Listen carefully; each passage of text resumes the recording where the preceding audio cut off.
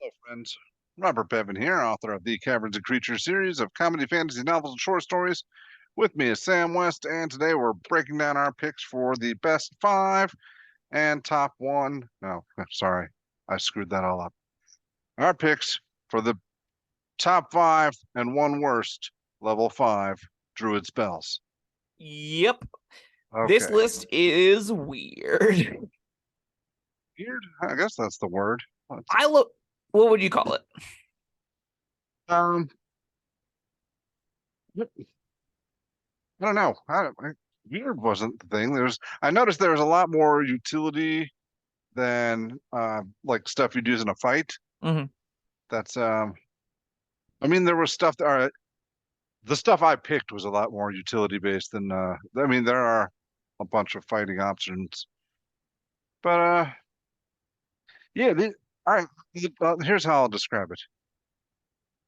These are some of the least talked about, like some of the least experience with the spells that I picked from this list than I do for other lists that we've done. Does that make sense? Yes. Like, I look at this list and I go, wow, I have seen three of these cast, and we're not out of the tier I play a decent chunk of. Like, most of these effects, are I these do for, are not see much at all. you talking about for the spells in general or specifically the ones that you actually picked? Spells in general. Okay. Because I'm talking about the ones I picked. Like, these are pretty cool. Maybe I should play with them, but There I are don't. some there are some neat ones. I'm sure I know what one of yours is. I don't know. I have a toss up for my number 5 right now. I haven't decided which I'm going to pick yet. I'm going to call it at the moment, but No, yeah, all right. You do know one of mine. yeah, I figured. So as I normally mention with druids are prepared casters, which means niche effects tend to be a little better. But on top of that, they are summoners. They summon beasts, they summon fae, they conjure animals, they conjure minor elementals. Their most powerful stuff is conjuration magic, almost universally across the board. That means things that take your concentration are a lot. They have to be either usable in situations where you don't want your summon out or don't have your summon out, and be very high impact then with concentration, or not have concentration. So like whenever you're crafting your druid list, what you're concentrating on is going to be a question you're going to want to know the answer to more often than not, and that can kind of shape what you prepare from there. So just something to think about as we go into these kinds of stuff. All right, I think I went first last time. Oh, other caveat. Um, Sam picks his spells in order, one through five, best to worst. I don't. I just pick top five willy-nilly spells that I think are cool. Hmm? Having said that, Sam, I think it's your turn to go first. What do you got?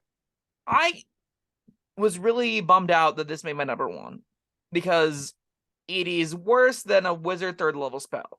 That being said, I think Cone of Cold, specifically in the context of Druid, is easily their best 5th level spell because it doesn't take your concentration, has a giant impact, hits fireball damage. It's great. Having this as a 5th level effect for a giant 60-foot cone of 88 damage, whenever you're also having a summoned beast or a summoned other creature running around wreaking havoc, when you have other big splashy concentration effects up at once, it's a high impact spell that almost every druid will find value in if they're not specifically moon. If you're moon, you're not casting spells, and this list doesn't matter as much for you.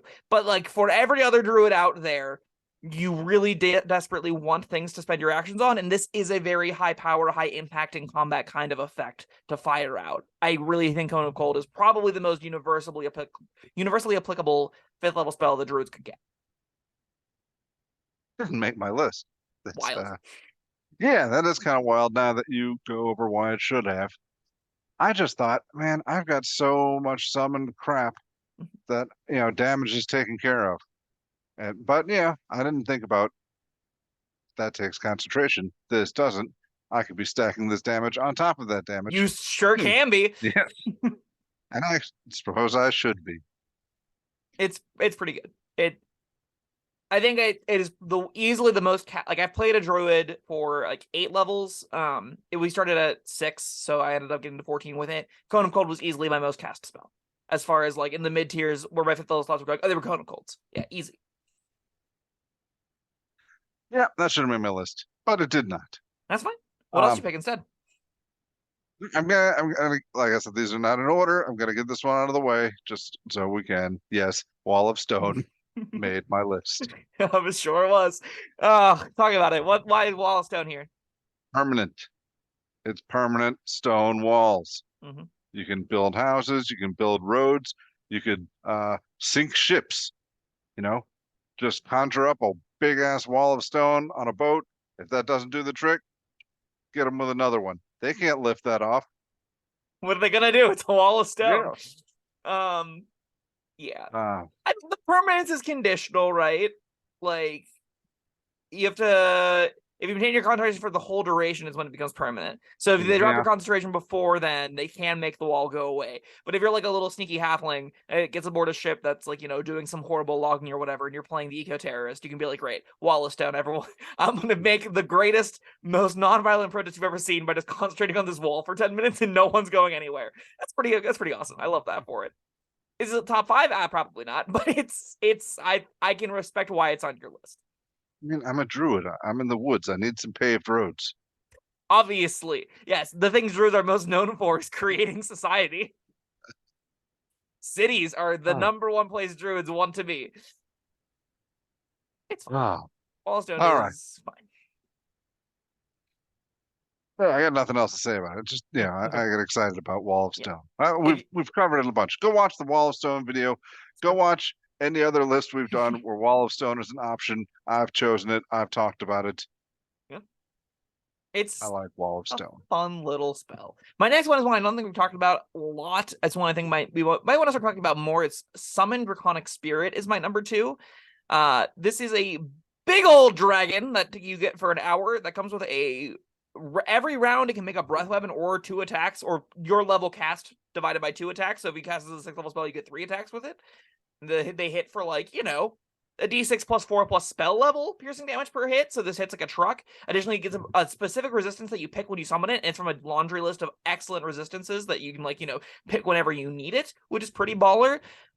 All in all, having a large summonable ally with a fly speed, a huge chunk of hit points, a decent AC, like it starts with an AC at 19 because it's 14 plus your spell level, which is, a 19 AC 50 hit point dragon that you can ride around on, breathing flames from, seems baller to me. I don't know. It probably isn't the raw most powerful summon effect in the game, especially with conjure, minor elementals, and woodland beings being its competition. But like as far as a fair big splashy summon effect goes, Summon Draconic Spirit's excellent. So I thought we've got summon spells at almost every level of this character. They can all be upcast. We talked about at level 4, conjure spells, conjure woodland beings, conjure what's the other one? Minor Under my elemental. elementals, yeah. Right. And then I looked at summon draconic spirit. Yeah, this is enough to make the list. Yes. Yeah. For all the reasons you said, yes, this one did make my list. I wasn't going to include it. I wasn't going to include any conjure or summons, but then I read a little deeper. Jeez Louise, yes. Yeah, this one it's pretty made it. spicy. I'm a little bit bummed that the damage on the breath weapon doesn't scale. Also, 2d6 in an area isn't the most, so you really need to hit like 4 or 5 things with it to justify it over attack rolls. Still, that option is great and nice to have. It's a 30-foot cone, so it's a huge space. What'd you say? And you have options. That's nice. Yeah, absolutely. I can envision so many different characters. They're normally not druids though, but like I could envision a druid that their fantasy is being a dragon rider. And if you have that fantasy, this feat's like, I got you. You just summon a dragon and ride around them. Easy peasy. It's that simple. You get an hour out of it. It's yeah.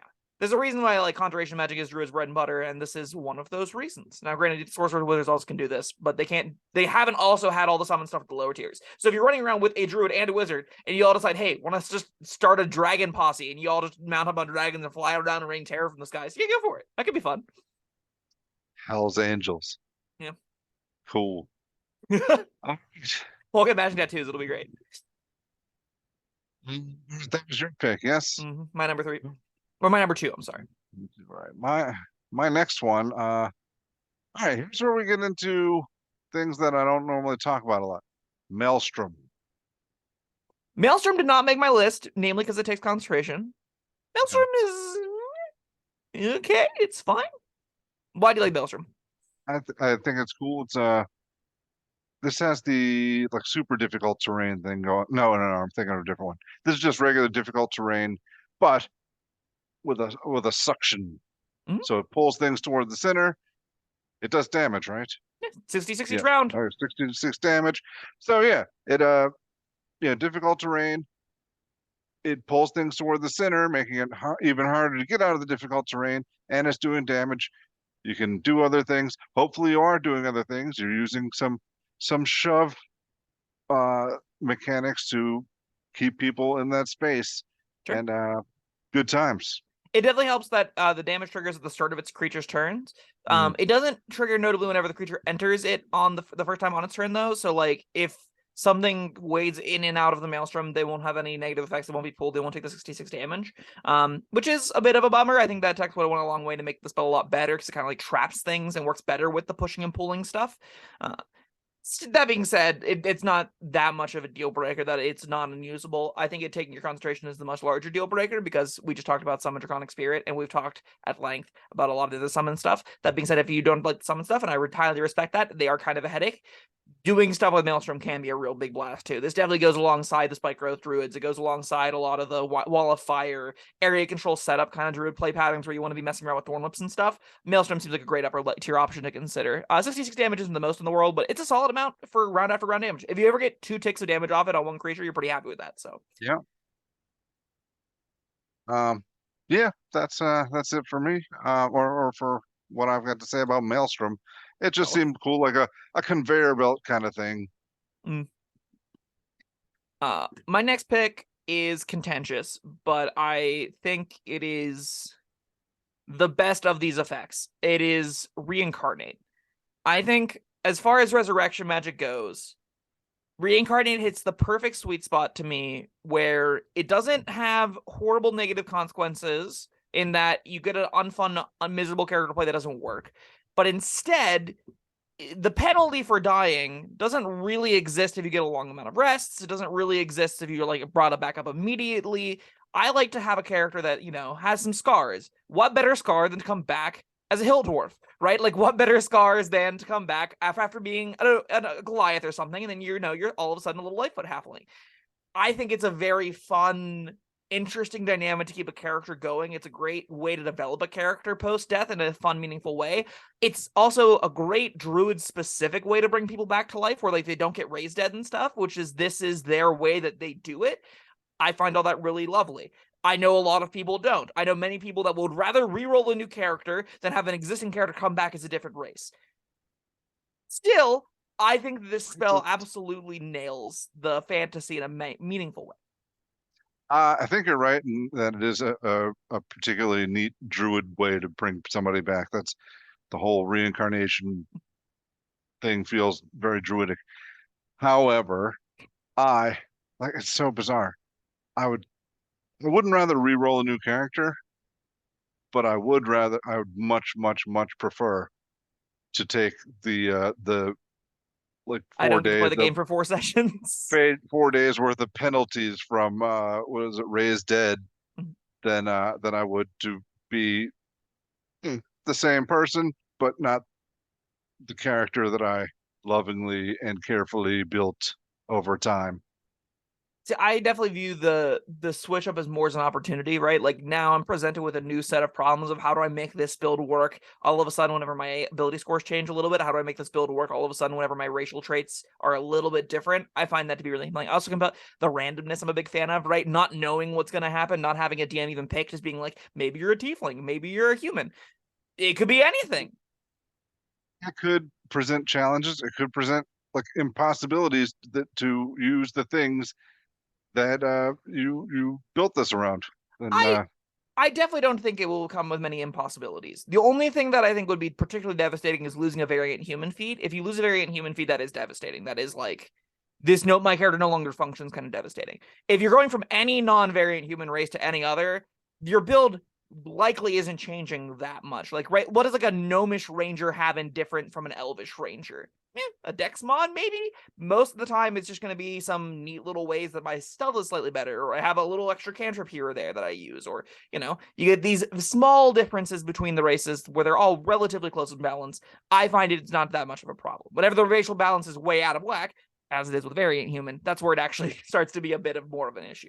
So, you know, this definitely isn't for every table, for every character. You're right about that. This is something I'm always scared of, but I've never actually experienced. So it might not be as bad as I think.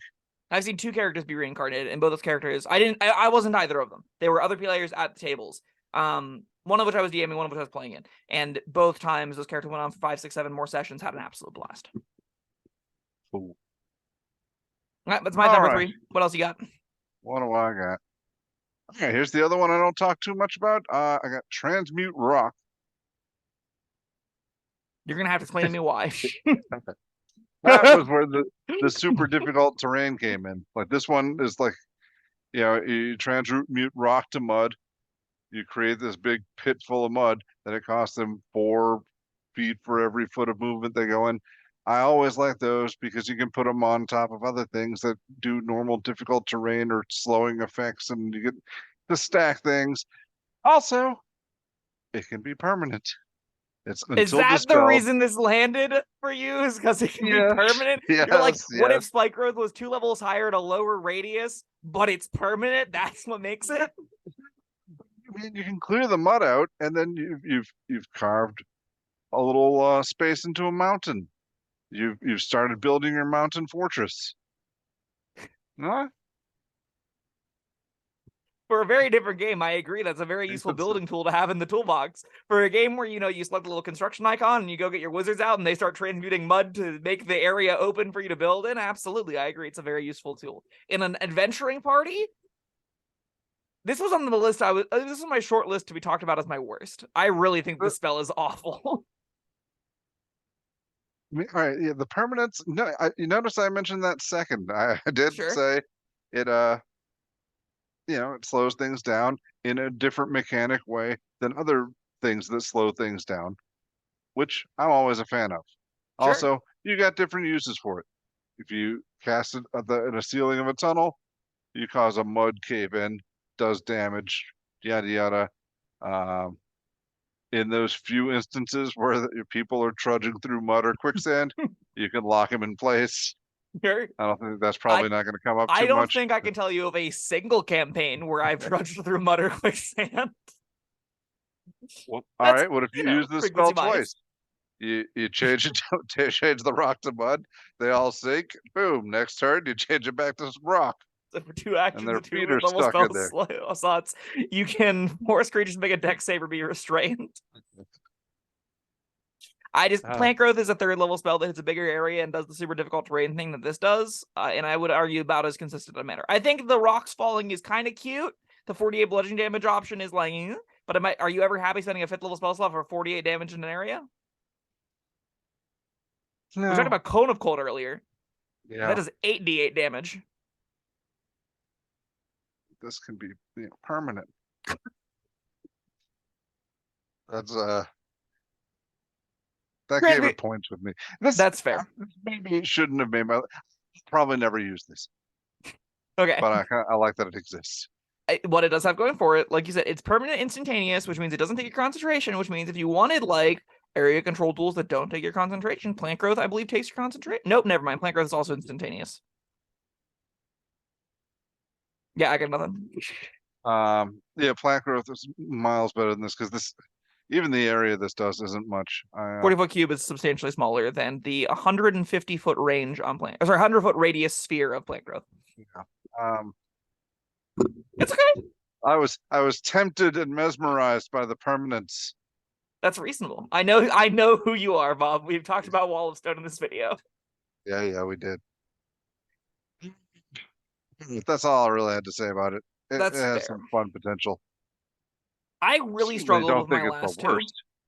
It didn't make my worst, but I'm not gonna lie to you, it was close. I really struggled with my 4 and 5. I don't love most of the rest of these. I don't even, like, frankly, Reincarnated, I was even like, is this making my list? I know what my number 5 is because I definitely have that locked in. My number 4, I think I'm gonna have to go with Wrath of Nature, but I've never seen Wrath of Nature cast. So I like, looked and at it, that. I don't remember what it does. so Oh, that's the you, one where the trees are beating on you and like yeah, rocks are flying around. yeah. So you get a Yeah, bonus for, so concentration for a minute is already like a red flag, as we talked about prior, and it like basically turns a 60-foot area. Each tree in the area it becomes a 46 10 area or 10-foot radius damage area, right? So anything near these trees, if there are multiple trees, enemies will take the 46 slashing damage from whipping branches on a failed deck save. Then there's Roots and Vines, which is the restrain that we're talking about, with like the transmute mud to stone. And rocks is you can bonus action throw 3d8 rocks at things. So at minimum with this, you can pick up some rocks. So throwing rocks around every round is a bonus action for 3d8 damage bonus action, which is fine. And then you also have the 46 radius tree damage in the right environments, and sometimes are also restraining. I think if you ever get all 3 of these together, it's excellent. It's a good bonus action attack. It's good area of effect damage, and it's a meaningful condition all stacked on top of each other. If you only get 2 of these, I'm like, eh. And if you get less than that, I'm never here for it. The difficult terrain for grasses undergrowth is also like fine, but like you really need a lot of these things come together for it to be great. That being said, whenever it is great, it's probably pretty solid. I've never seen it cast, but I suspect it's fine. right.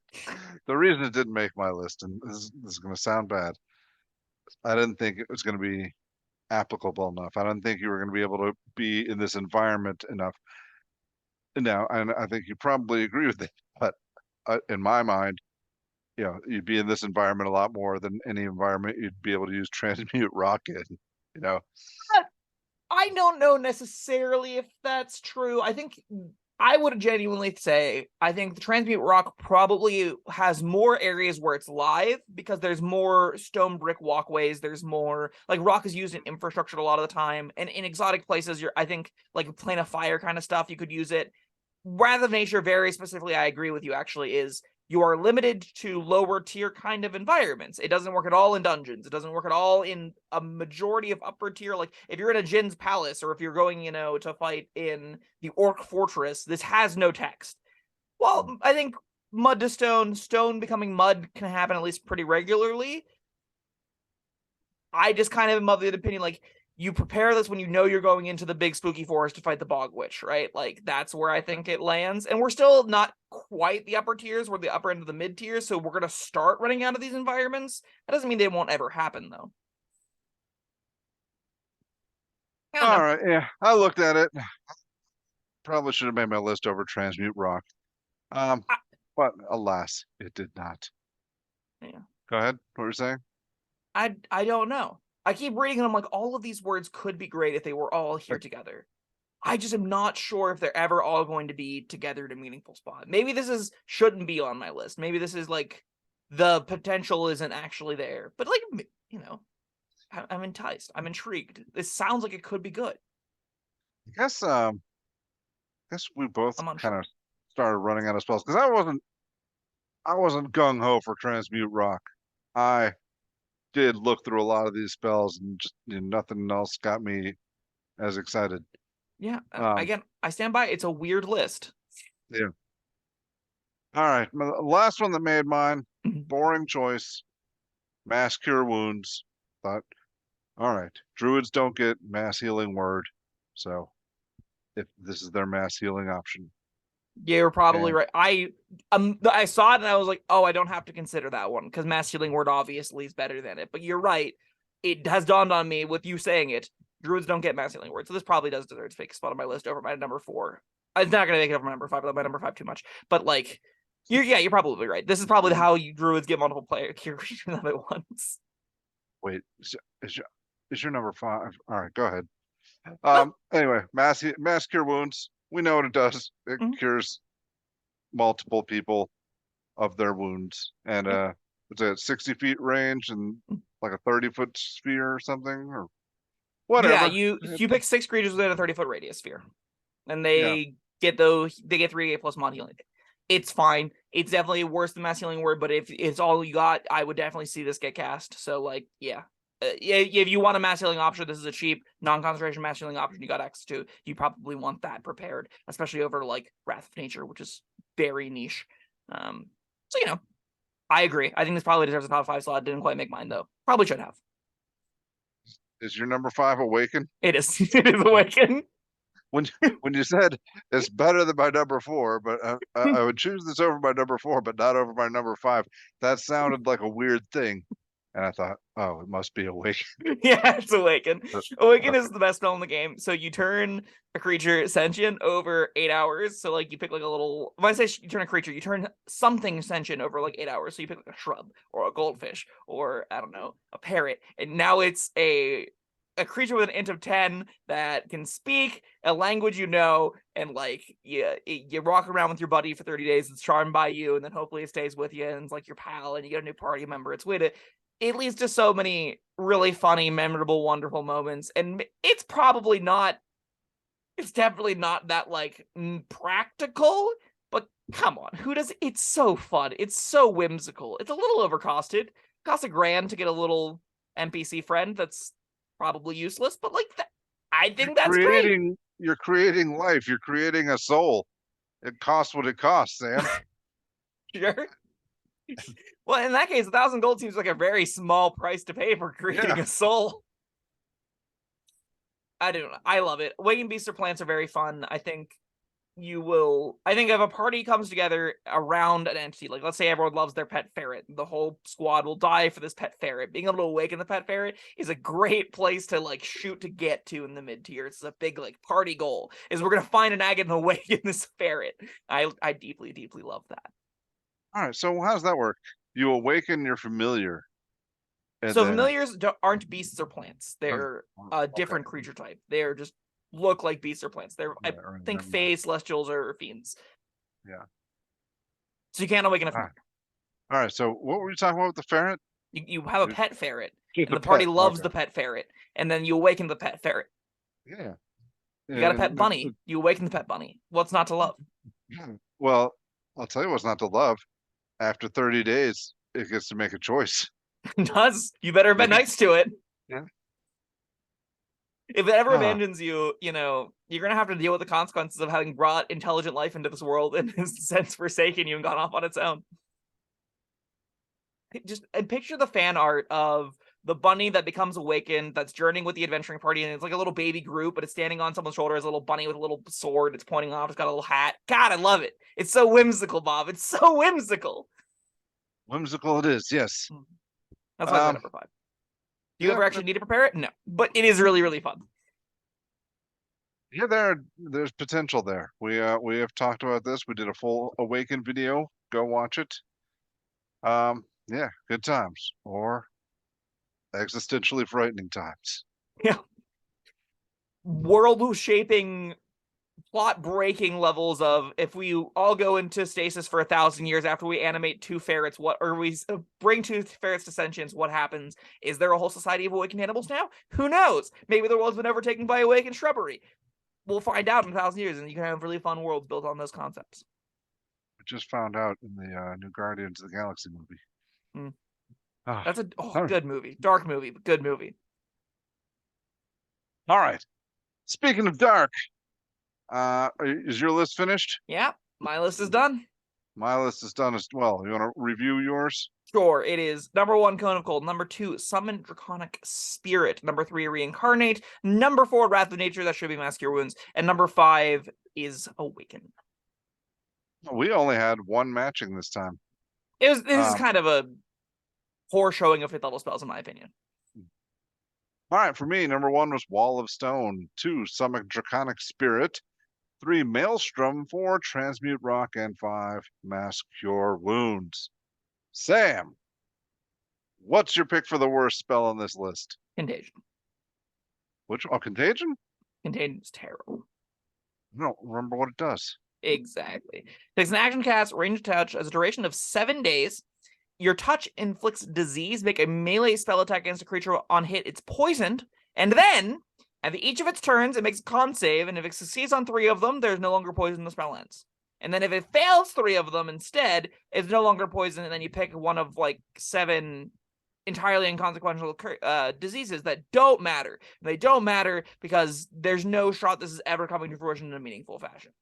Contagion is supposed to be like this debilitating, horrible, like spreading a mass plague kind of deal. And then in practice, it does nothing in combat but spend a 5th level spell slot requiring touch to poison something, and then at best poison something. And then if you can, like, if you're doing it out of combat, anything that cures disease just ends the effect and makes contagion entirely pointless. So, like, yeah, it's hard. It's hot garbage. It's uncastable trash. There's no encounter where you're gonna want to spend a 5th level spell slot and touch something for a poison condition for, like, at most 4 rounds. Like, no, this isn't it.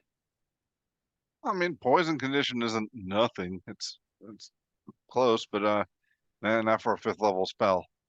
For a 5th level spell that requires you also touch them as a full caster, I'm like, nope, no, thank you. Try again later. That's definitely worst worthy, but it's not. That wasn't my pick. No, I can't wait. What's your pick? There's a lot of stinkers here. Yeah, I picked Control Winds.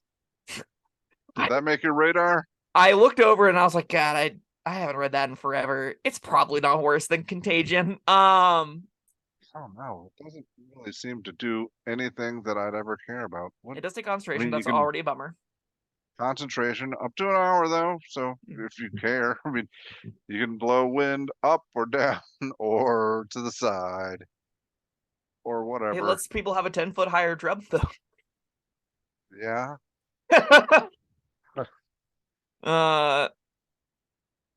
It knocks a bunch of things prone. Yeah, this seems really, really bad. Where's the prone? The downdraft. You cause a sustained blast of strong wind. Range attacks against the pass through the cube are made at disadvantage. A creature making a strength save, if it flies into the cube for the first time on its turn, is knocked prone. Right. Yeah. All right. So not ground-based creatures. Just flying-based creatures. Yes. Yeah. Yeah. This does seem pretty awful. Yeah. It's like warding wind, but a 5th level spell slot, and somehow as or more niche. Yeah, this seems awful. I would never want to cast this. Does it have more impactful effects than Contagion? I'd say probably. Like, against the battalion of skeleton archers, having downdraft seems useful, but that's like it, right? So yeah, definitely very low impact. Yeah. Nah, I'm not a fan. Or if you can trick a dragon into flying into it and goes prone and you wail on it. I don't know. That seems laughably unlikely. Yeah. Let's see. Did you have any? You've just spent your action to switch between the modes. Oh my god! Wow, that's terrible. Oh, runners up. I think. Oh. You mentioned you were looking at Transmute Rock. I was looking at Transmute Rock. I was looking at Tree Stride. I liked the flex, like the idea of Tree Stride, but it costs just way too much for it to be good. Stride? Is that like teleport between trees? Yup, exactly that. That's something. It's kind of something in some niche environments. I've never been a fan of scrying, but it's definitely not the worst out of the ones we've talked about. Anti-life shell is pretty awful. That definitely could have been up there. I thought that was going to be your worst because I know you don't like it, but I thought, ooh, there's not many uses, but I can imagine there being a use. Yeah, whenever we're looking at worse, we're like, okay, are there any encounters, any that exist where the spell can be good? And the answer, I think, for Anti-Life Shell and even a little bit for Control Winds is yes. I can't think of an encounter where Contagion is good. What does Dream do? I don't see it on the Druid spell list as a 5th level spell. It's on my list. Maybe that was a mistake on my part. Who's to say?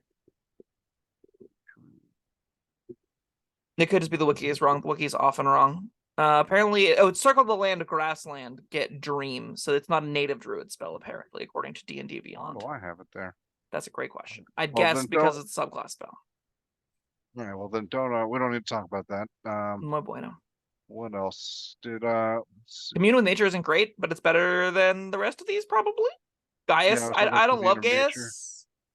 Gaius is like this weird, you kill something because it's got 5 hit points, or it just has enough hit points that it disobeys you anyway and has a migraine every morning. Like, it's this weird little effect that I think is neat, I guess. It's definitely good on, like, okay, if you disobey me, you will instantly die. So that's, that's probably useful. 30-day time duration is pretty cool. I don't know. This whole list is clunky and awkward, and I think there's a reason why neither of us have seen a lot of these spells get cast. In the case of Summoner Chronosphere, I think it's because it's relatively recent, and I think in the case of the rest of these, it's like these seem a little bit too niche or underwhelming to like actually want to cast. There aren't a lot of reasons to cast Wrath of Nature. There aren't a lot of reasons to cast Greater Restoration or Contagion, right? There's even things like Awaken are fairly narrow in like what they actually can do. Even things like Awaken. Yeah. I don't know. This is the list that I was most like, I just don't care about almost all of this. And that's disappointing. At least with like Fine Traps, I can be actively angry. Passionate about my worst pick with this one as I have been in the past. Yeah, same. I'm just not thrilled with Control wins. It's really just disappointment. You know, you're like, yeah, that's not as good as it should be. Bummer. Not mad. I'm just disappointed. Fifth level Druid Spells in a nutshell. 5th level Druid Spells. That was the list. Let us know in the comments, what do you think of our list? What are your lists? What do you think is the best? What do you do you like the ones we picked for the worst? Do you think they belong in the best? Do you think they're better than we give them credit for? I don't know. Let us know. Thank you, Sam. Thank you everyone for joining us. We'll go check out the levels 0 through 4 Druid spells and all the cleric spells and wizard spells and bard spells. All the spells. In the future, you probably can check out like Warlock too, and maybe even other spell lists as we go through them, you know. Almost certainly. All right. That was that. We'll see you next time. Bye-bye. Thank you for watching. If you found this helpful, informative, or entertaining, I'd really appreciate it if you hit the like button below. You needn't smash it. A gentle tap will suffice. If you want to see more videos like this, subscribe to the channel. And make sure you check out the links in the description, where you'll find my Caverns Creatures series of comedy fantasy novels, Sam's full review of the spell, and other fun things.